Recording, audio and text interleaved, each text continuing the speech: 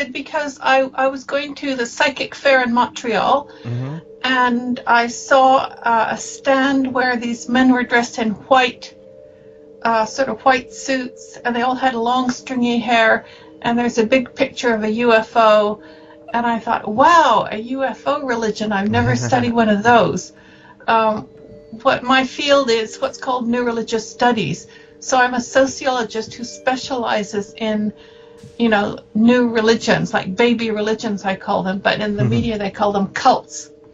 So I went up, and it was Iranians. I never even heard of them. This was in 1984, I think.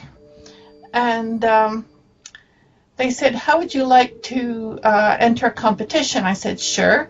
So they had me fill out a questionnaire, and it was extremely simple, like, does the sun revolve around the moon or not? Really basic stuff. And so I filled it out. And the next day I got a phone call from a guide saying, congratulations, you won the competition. The prize is we send a guide to your house to give you the message. So I said, great. For my research thing, this was great. So I phoned my friend James, who was with me, when I went to the psychic fair, and he'd also filled out a competition thing. And I said, guess what? I won the competition. He said, well, guess what? I did too. And I said, oh, what a coincidence. And he said, Susan. So the guide came to my house, and I was really interested, and I started studying the Raelians. And I studied them for about 15 years, which really involved taking my students to their meetings. I teach a course called Cults. I took my students to the meetings, and they would do interviews and membership surveys. And I interviewed Rael himself twice. And so I ended up writing this book called Aliens Adored, about the Raelian movement. Now, I guess I felt it was important is to clarify kind of this idea, because it's not as solid as maybe many people think, of what a religion is versus what a cult is. And how would you define that?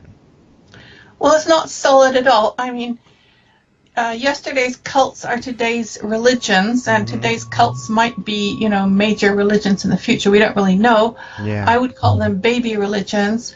According to the media and the anti-cult movement, they're fake religions or dangerous religions.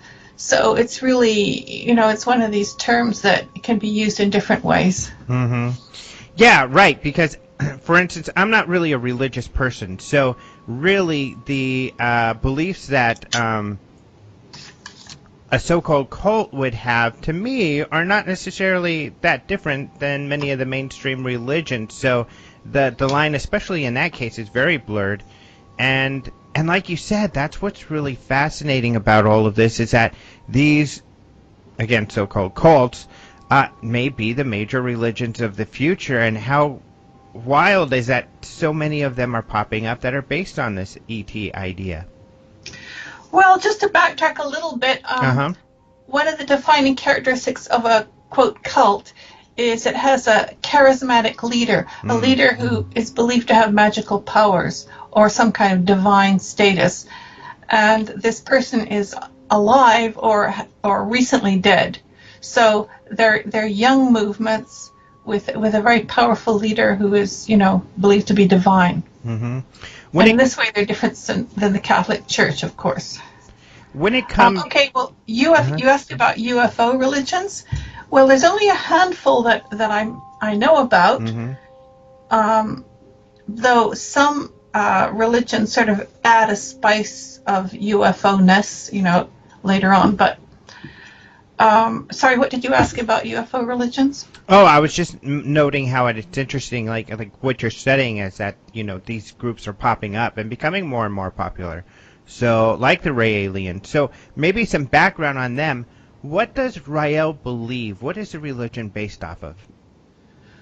Well, Rael was brought up to be a militant atheist in France, and he claims when he was 27 that he encountered an extraterrestrial while he was walking on a volcanic crater, and this being invited him aboard the spaceship and gave him a Bible lesson and the message is that the Earth was created by superior scientists from another planet, and the Bible is a sort of warped version of a ship's log, which describes how they created life on our planet, through DNA, and it's a kind of warning that humanity must not destroy itself by abusing the tools of science. Mm-hmm. Do you think that Rael believes this, or is he, just a kind of a showman? Well, my impression is he believes it. I interviewed him twice, and he seemed very sincere and passionate. I've actually watched him give speeches very often, and he has quite an original mind. You never know what he's going to say next, so it's kind of hard to figure out his motivation. But I think I would give him the credit of the doubt and say he believes this. I don't think it's possible for someone to start a new religion just out of kind of, for personal gain, or you have to have passion, you have to have conviction. You can't be a great artist and musician if you just want to be a millionaire. You've got to have talent. Yeah, and I guess one of the aspects of the Raelians, which is interesting and unique, is that they and I think can hamper their credibility, but gets them popularity, is their kind of way they market. So I mean, they get a lot of attention when they do these topless marches, and they did the whole thing about cloning and how they believe they had cloned something. I think a child is what they claimed. So I think that's right. The Raelians are unusual compared to a lot of different, what the media calls cults or new religions. A lot of them don't like media attention and like to keep a low profile. But the Raelians deliberately send out press releases and try to get as much media attention as they can. And the reason is that Rael says that the extraterrestrials gave him the mandate to spread the message. In other words, it's their duty to let all humanity know about the aliens and the message that the world was created by the Elohim, and that they love us, and that they're watching over us, and that they don't want us to blow the planet to pieces. So they're in a sense doing their religious duty by going for publicity. And it's worked, I believe, I guess from when you first discovered them, they've probably grown quite a bit. Yes, they have. I discovered them, I guess, in 1984, and I think they claim 40,000 members, and now they claim over 80,000 or 120,000. The numbers change all the time, and it's impossible to check up, of course. And have they spread throughout the world more? Well, yes. When I first encountered, when they started in Quebec, which was in the late 70s, they only existed in France and Quebec. And today they're in many different countries, maybe 60 different countries. They're in Japan, they're in Asia, they're in Australia, Latin America, and Africa, and of course Europe. So they really have, they're international. Do you find that the devotion of the members of the Raelian organization is as great as other religions, or do they take it more lightly? Is it more kind of a fun thing? Well, there are two types of members. There are the core members, which they call the structure, and then there are sort of affiliate members who've taken the baptism and acknowledge the Elohim as their creators, but they might not go to very many meetings, and they might not necessarily obey their rules, and they might not pay their membership dues. But the members of the structure are much more committed, and they have a sort of a 6-level hierarchy, and they're expected to spread the message, in other words, do missionary work, promote the movement by paying their tithing, by helping organizing events, by basically serving Rael, who's the prophet, and so you find layers of commitment in the movement. And I mean, do you believe, I guess, with the Raelians, because they have they're out there, people know more about them. Do you think that they're dangerous at all?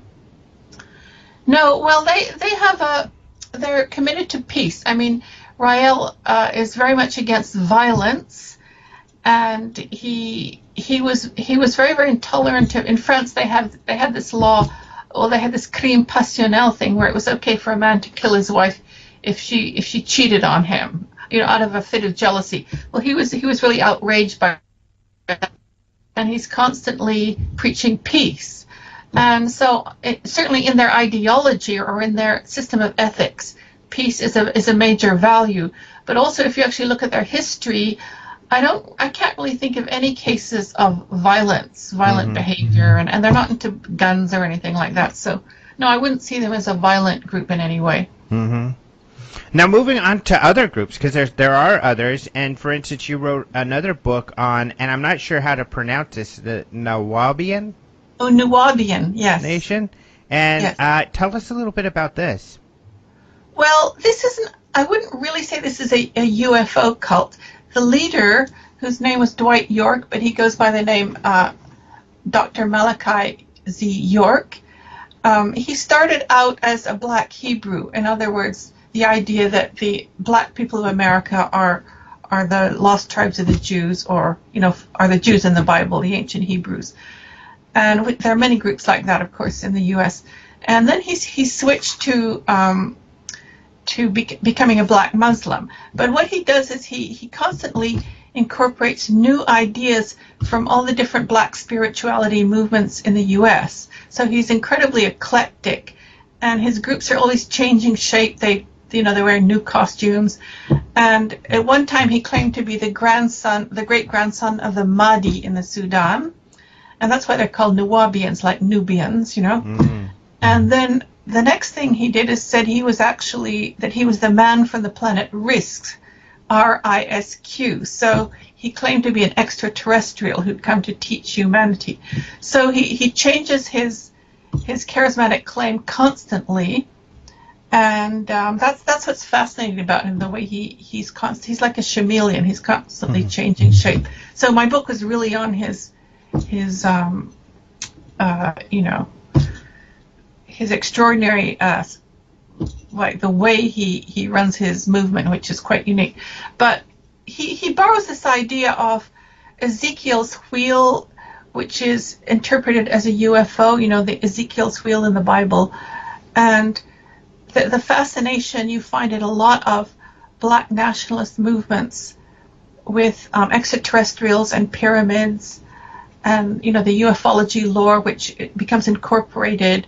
For example, the Nation of Islam believes that Farrakhan and Elijah Muhammad beheld the Ezekiel's wheel like a UFO, and so there's always there's a lot of sprinkling of UFO lore in different black nationalist spiritual movements. I don't know why, but it's a fact. So interesting. And the Nawabians, has that group, does it have a large following? It's really hard to tell.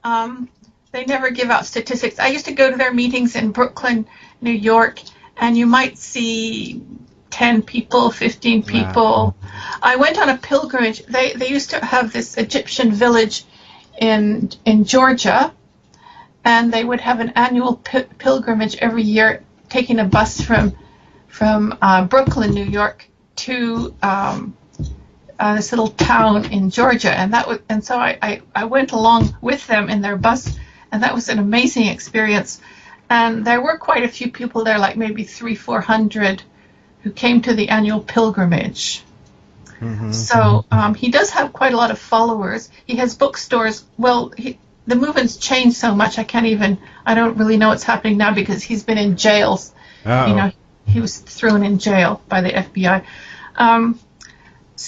But the group had these spiritual bookshops in the major towns all over the U.S., and they would have meetings, which they call question-answer meetings, at their bookstores, where the ministers would teach people in the leader's philosophy. Why did he get thrown in jail? Well, there's a big FBI raid, and he was accused of child molestation, but also he was hit with various RICO charges like money laundering and not paying taxes and a whole bunch of stuff. So he basically didn't have a chance once they hit him with so many charges and. Yeah, interesting. So other groups out there, you're familiar with the George King and the Aetherius, and I think that's another fascinating group because that stems from the 50s, right? The whole contactee movement. Yes. Well, George King is really interesting. Actually, the expert on this is a friend of mine named John Saliba, who is a Jesuit priest in Detroit, and he's done some study of them. And George King was into yoga and he was into theosophy, this kind of type of Hindu Buddhist mysticism that was created by Madame Blavatsky. Mm-hmm. And then he in I think it was 1954, he was sitting in his little house in Maida Vale, London, and he he heard a voice, and it was a voice of an extraterrestrial. And he started regularly hearing these voices, and they had a message for the humanity about how to avoid destruction and so on, and how to, I don't know. So he based his whole movement on the messages he would hear from the Space Brothers. Mm-hmm. And that this group still exists, although George King has since passed. Yes, it still exists. It has a big center in Detroit and I think somewhere else. And wow, I didn't realize that. Yeah. But the members are celibate. They don't have children, so they tend to be getting older and older. I don't know if they'll survive. The movement will survive. Oh, interesting. I didn't realize that either. Otherwise, I know that their messages are also very positive. Yeah, I don't know what you mean by positive. I mean, meaning that it's about love and treating the world well, peace. And and being in touch with a higher civilization of extraterrestrials. There's another group called Unarius, and they believe that the spaceships are going to land of the Federation of 33 different intergalactic civilizations, and that we will join this big intergalactic federation in this new age of peace and knowledge. So that's what they're preparing for. Mm-hmm. Now, and you mentioned another group that I've never heard of, Strobe. Is that how you say it in France? Strobe? S-T-R-O-B? Oh, is that the one that started by Jean Miguel? Yeah. Jean Miguel. Yeah, Jean Miguel was a paramedic, and he got in a very bad road accident and was actually lying on the road dying, and he claimed this beautiful being from Arcturus came and healed him, the sort of being of light.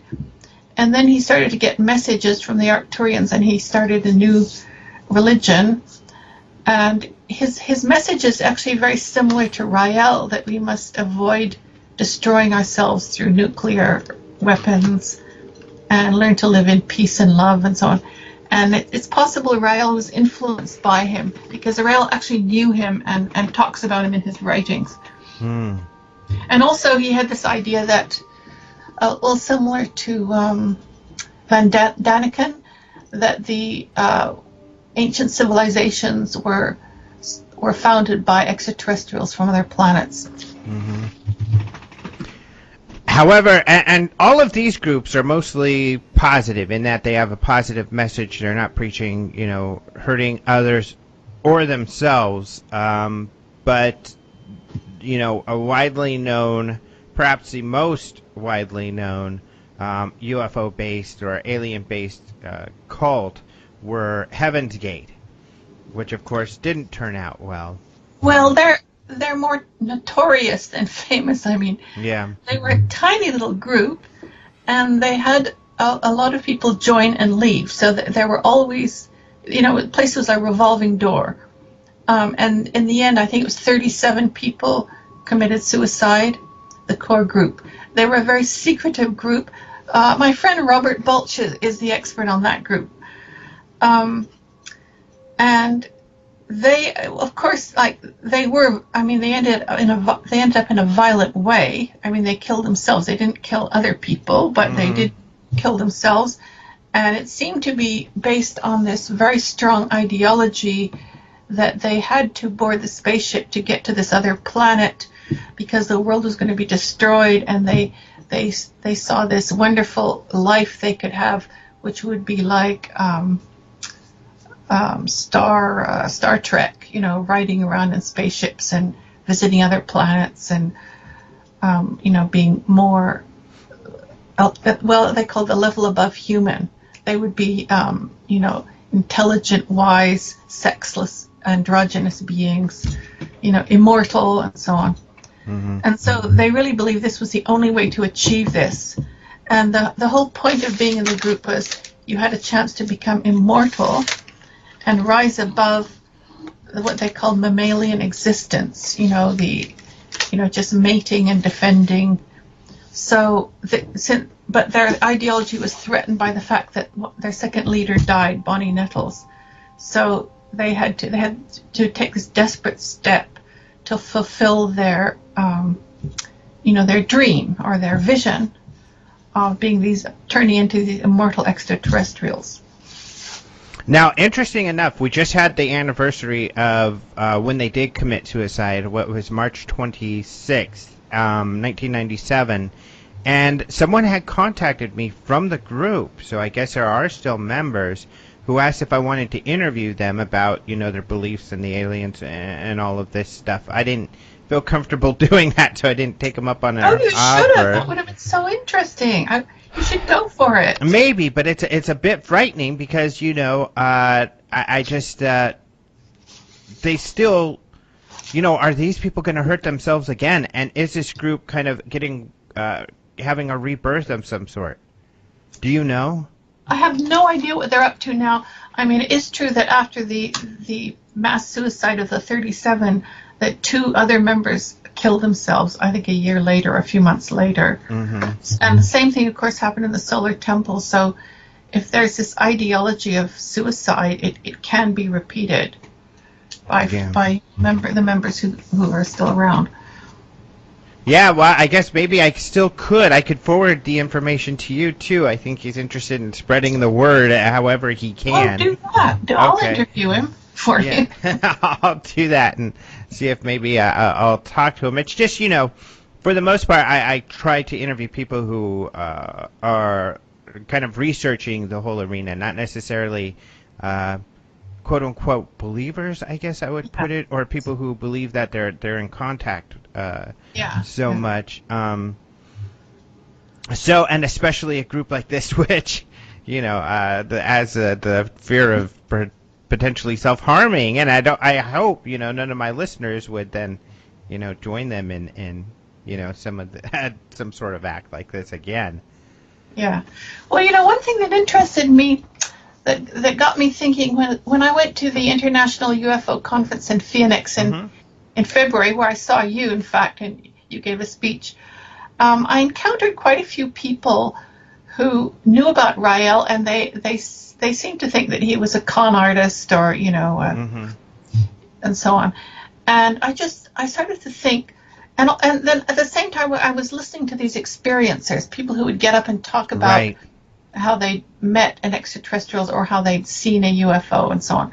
And I started to wonder, like, what's the difference between Rael and these people? I mean, he went on to start a very, very highly organized baby religion, in which his claim escalated from being a contactee to being a prophet, someone who the aliens talked to regularly and gave messages, right? And then he constructs a whole worldview that other people must follow if they're going to join. And so a lot of people disapprove of him, partly, I mean, the Catholic Church does, of course, and mainstream Christians, because he's what they see as a cult leader or heretic who's preaching ideas that, you know, deviate from orthodox religious beliefs. But the people I was talking to at the UFO conference seemed to disapprove of him, because they said, if you see extraterrestrials, you don't then exploit it by creating this whole edifice that glorifies yourself. So they seem to think that he kind of twisted everything. And I mean, who knows, you know, but I thought, like, I was just wondering, like, I started to think, well, of course, I mean, if you're at the UFO conference and you hear all these people talking about their experiences in the very vivid, sincere way, these are ordinary people. I mean, you can't say they're all liars or crazy. So there does seem, there obviously is something going on where people are encountering this extraordinary thing. And so why do we have to reject Rael's experience just because he happens to also be the founder of a new religious movement? I agree with you 100%, and it is distressing. But what's interesting to me is that I grew up Roman Catholic, and you know, through confirmation, where you're supposed to confirm your religion, you know, they taught us about other religions, and that just opened my eyes to say these guys have just as strong a claim to divine knowledge or wisdom as we do. So why would I subscribe to one belief when, you know, there's no more legitimacy to this one than the others? But I do agree with you that it seems that, you know, in this field it is very similar in that a lot of those same people you're talking about who are saying, oh, you know, Rael, he's making all of this stuff. If you ask them, well, who do you really subscribe to? What ideas do you believe in? They would probably mention one or two people who are exactly the same as Rael, who are claiming to have experiences and are gathering large followings of people through their experiences and large amounts of money, some of these people also. So I agree with you, you know, but religions kind of do the same where it's like, oh, you know, and in fact it can be even a bit more scary in that they'll be like, oh, everybody else is going to hell except for us. You know, so everybody else is wrong but us. And it's interesting to see this kind of coagulation of these potential new religions based around kind of this modern idea of space travel and going into space and everything. And that's what really fascinates me. So I agree with you 100%, and that's why I like talking about these topics, because really the Raelian religion or the Arthurians or many of these seem just as benevolent or as any other religion. They're very positive about helping each other out and loving each other and trying to help out the world. And what's wrong with that? You know? Yeah, absolutely. I think one thing that differentiates them from mainstream religions is their relationship to science, because they embrace science, and they often reject orthodox religion, and they claim to be scientific and empirical in their approach to knowledge. But of course, once you start looking at them, you realize their religion is totally faith-based. For example, Rael will say, you know, people will say, well, why don't the extraterrestrials come and appear to everybody, and then we'd all know that they created us? And Rael said, well, they don't want to start a mass panic, so they've told me, and I'm going to tell you, and you have to believe that I talk to the extraterrestrials. So you have to make this leap of faith by recognizing him as a prophet and unquestioningly, which is not really any different than, you know, becoming a Muslim or a Christian. Right, exactly. And what's interesting at these conferences and sometimes these events is that, you know, there'll be 2 or 3 people on the roster who will claim the same thing. They'll be like, I'm the only one. I'm the representative to the humans, to the aliens, and no one else is. Anybody else is a charlatan. And then they'll go on and talk.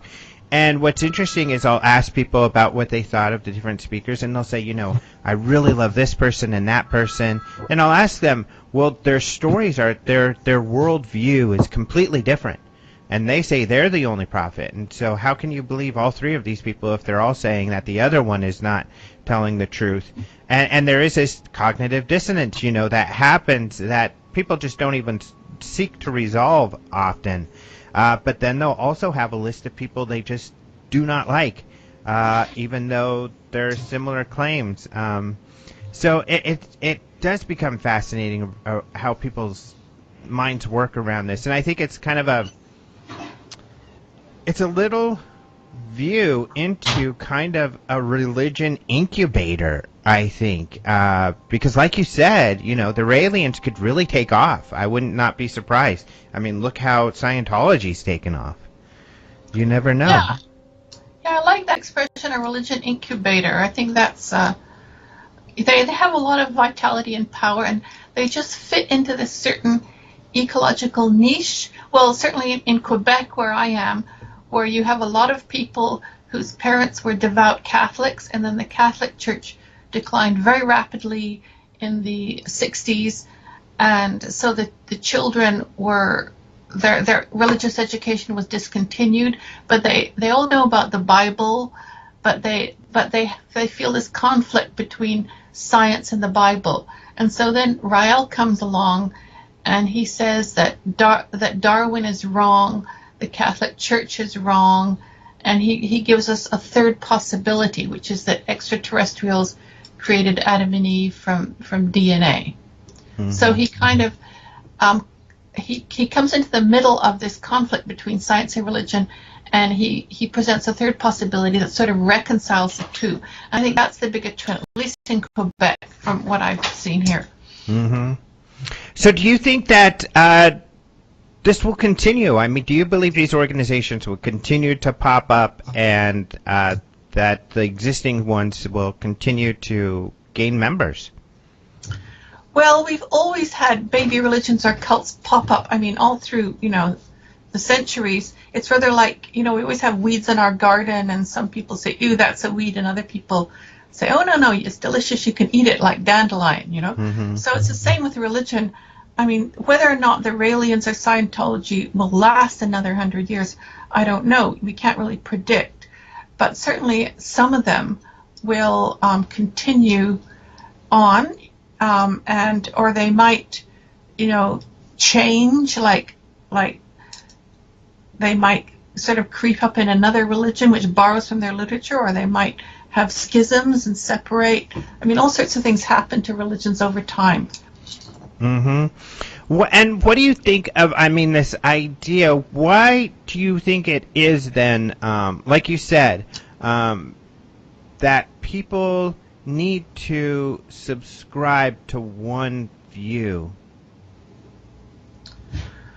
Well, partly it's, I think that if you want to run a new religion, you've got to have order and clarity. And it's sort of like if you're going to conduct a church choir, you can't have people singing out of tune, mm-hmm. or singing their own tunes. So you've got to kick out people who said, oh yeah, I talked to the extraterrestrials too. You got to kick them out right away, or they'll start a little schism. And you've got to have one person who's got a hotline to the extraterrestrials and interprets it for everybody else. And then you have a unified community, you have a viable organization.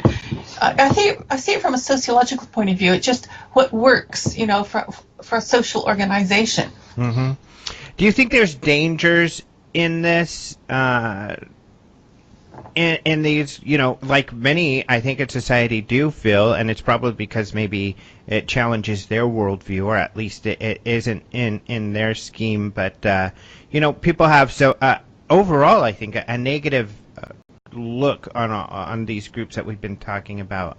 Do you feel that that's warranted at all?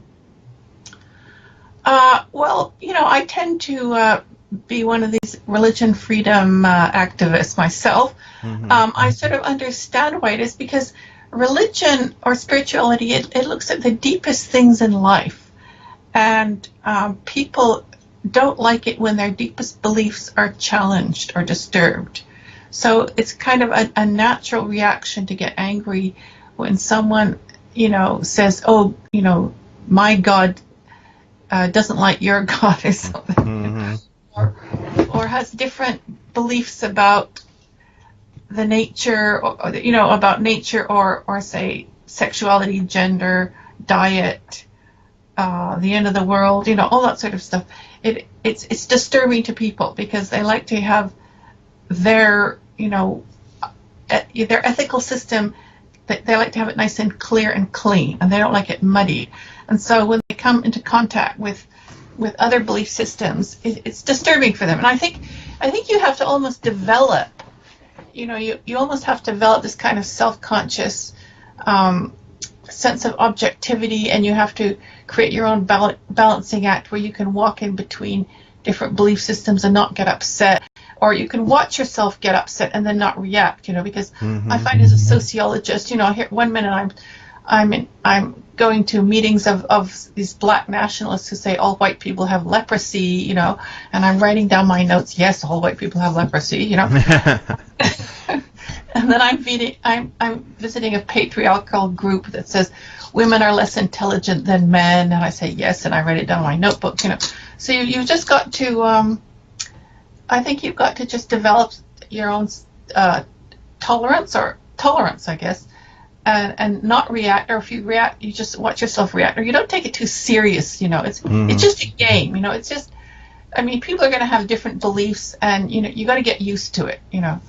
Right. I agree. I mean, I don't subscribe to any religious beliefs, but I totally stand up for the rights of others to have their own belief system, and that's why I feel, you know, people shouldn't make so much fun of these people claiming to have contact with these other beings and everything, because their beliefs are no stranger to me than, you know, the other religious beliefs, so it's fair for them to have that. Well, what I found fascinating when I was at the UFO conference is you would have these people get up and talk about seeing a UFO or encountering an alien. And these are people who weren't necessarily religious or might have some very kind of standard, predictable type of Christian fundamentalist, whatever background. But they would talk about these experiences with a real sense of wonder and awe and magic. And these are people who they're not professional storytellers, they're not actors. They would just try to describe the experience so that other people would, you know, hear them, and they really conveyed a sense of mystery and magic. And I was really impressed by that. And so there's something in a UFO encounter or a CE, you know, 1, 2, or 3, that has a sort of innate mystical or spiritual core. So you could create a religion. I mean, it's the ingredient for starting a religion. It's like, you know, you light a match and you could start a fire, you know. I mean, all these people would describe what was the essence of a spiritual experience, and could in fact, I mean, each one of them probably could have started a religion, you know, with a bit of luck or drive, whatever, you know. So I thought that was fascinating, and I think that's why we have UFO religions coming out of these spontaneous experiences that people have. And I also think, you know, and that's why I did my talk also in this realm, is that, you know, the idea, just simply the idea of extraterrestrials is much more influential on society, I think, than many give it credit. I think it is. I mean, I saw this film recently with Emma Watson. What was it called? Awakening. You know what I mean. Life? No. She's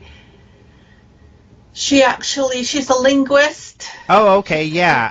Oh, man. And she goes and she meets some aliens and Arrival. And that's it. That's it. Yeah.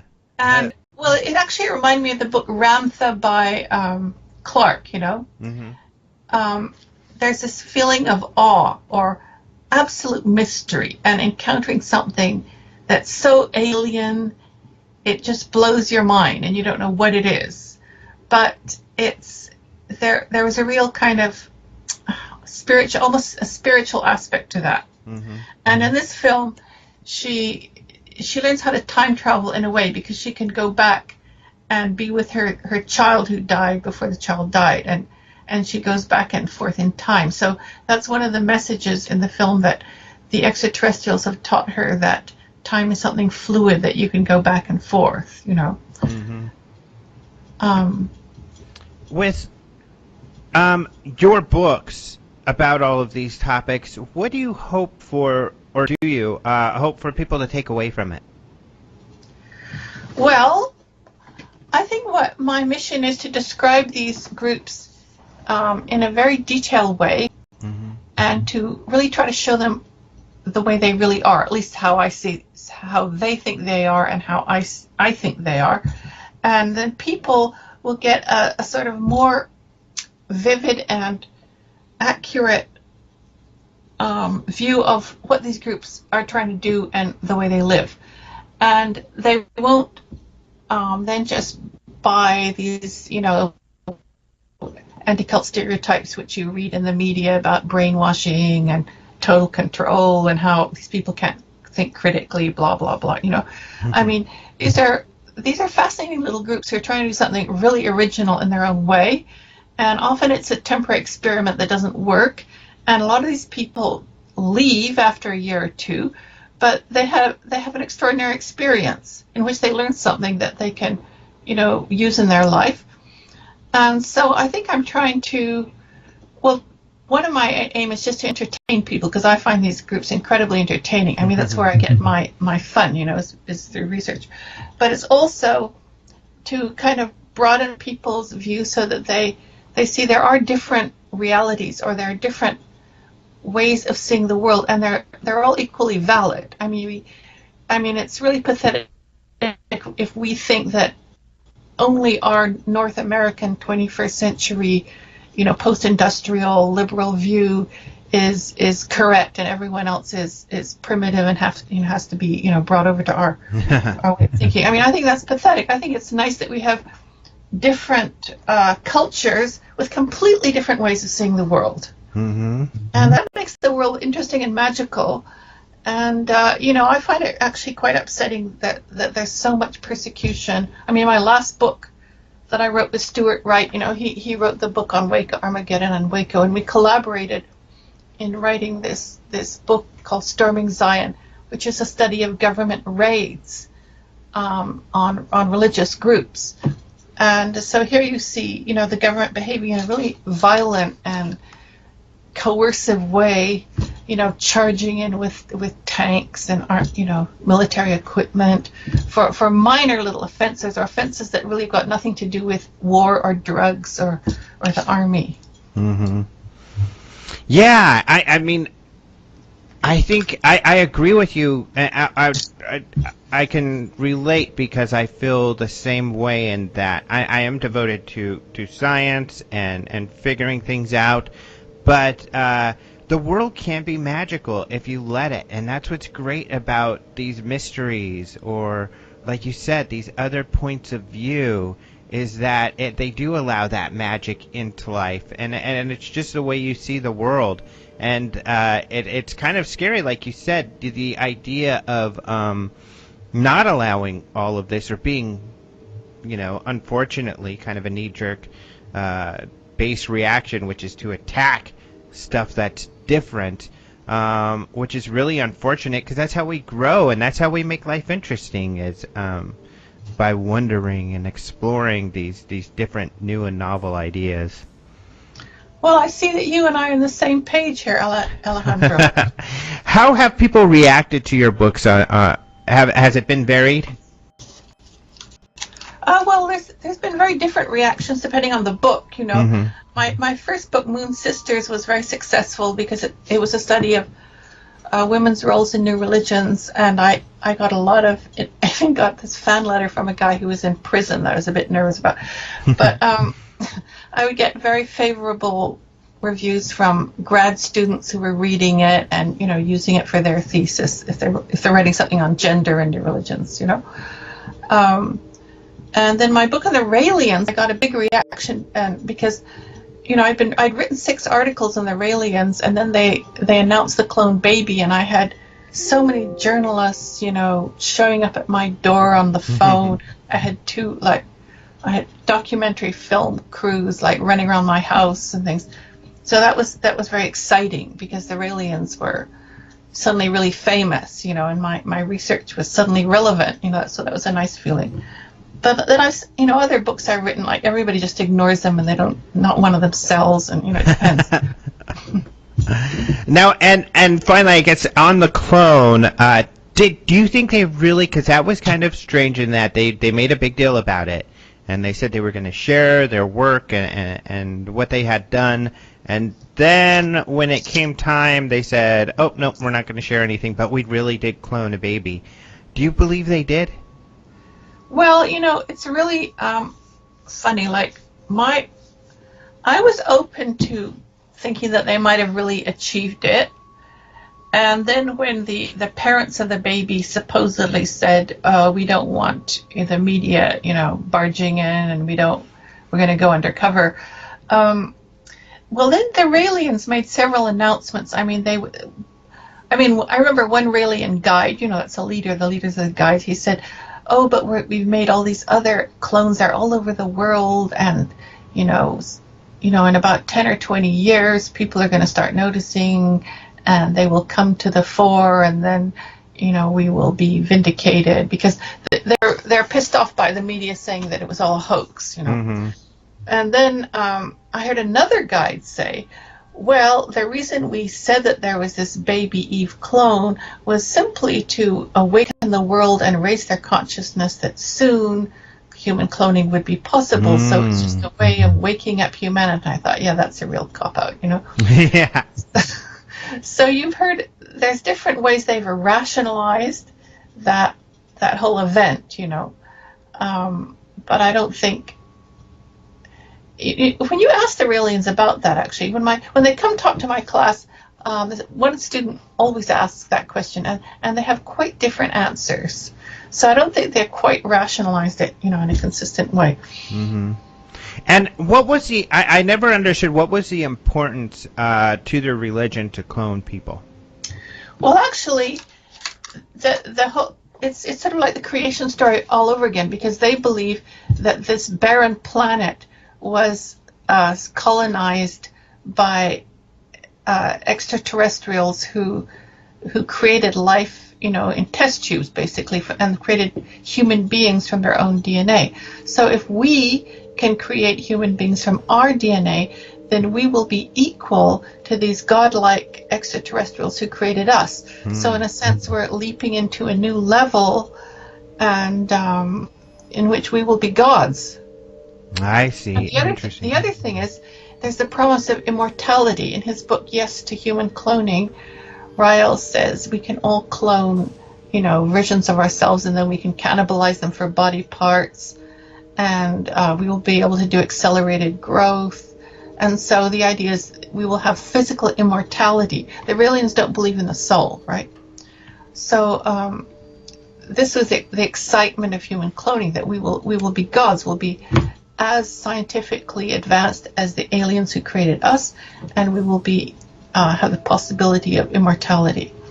Aha, that I get it now. Interesting, very interesting. It's all super, super fascinating. And as we mentioned, you've got several books. Where's the best place for people to find more information about your work? Well, you just go on Amazon and look up Susan Palmer cults or something, and all my books pop up.